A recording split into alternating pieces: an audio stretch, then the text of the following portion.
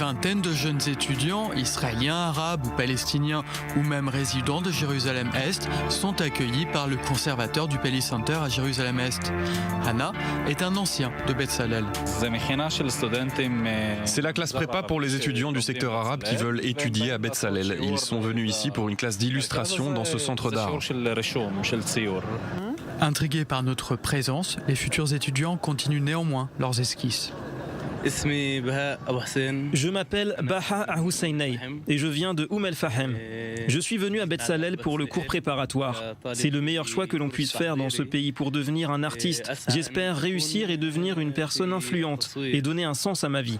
Je m'appelle Rosana Rawanma, j'ai 18 ans, j'habite à Jérusalem. I want to be an artist. Je veux devenir artiste, devenir graphiste et actrice au cinéma et au théâtre. Movie theater. Pour entrer à Betzalel, les étudiants reçoivent toutes sortes d'enseignements.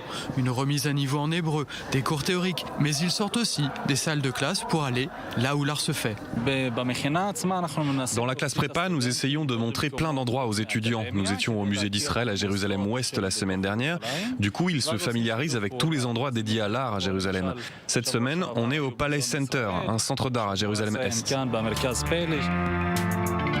Est, ouest, arabe, juif, palestinien, la question de l'identité est dans les esprits et influence les créations.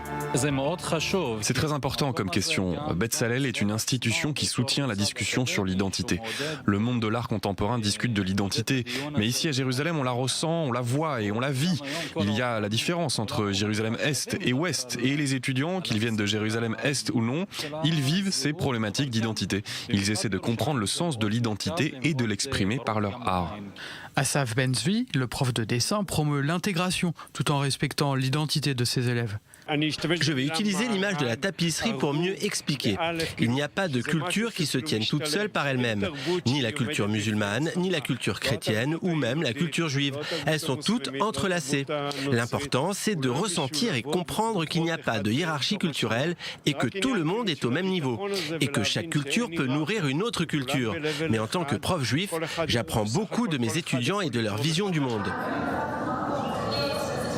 Ces jeunes-là doivent, eux, apprendre les codes de la société israélienne.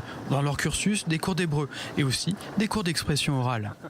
Yuli Cohen, professeure et réalisatrice de documentaires, dispense cet enseignement très pragmatique. Je leur apprends comment se présenter pendant l'examen oral d'entrée à Betzalel. J'ai développé une méthode par la lecture de textes qui permet de parler de soi et de pouvoir raconter sa propre histoire.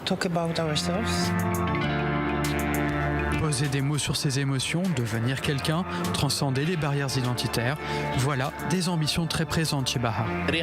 Mon rêve, c'est une longue histoire. Je peux dire qu'il s'agit d'influencer une partie de la communauté, et spécifiquement la jeunesse avec l'art. De nos jours, on peut transmettre un message ou s'adresser à toute la communauté par l'art et toucher tout le monde, tous les genres, tous les âges, toutes les religions, juifs ou arabes, peu importe.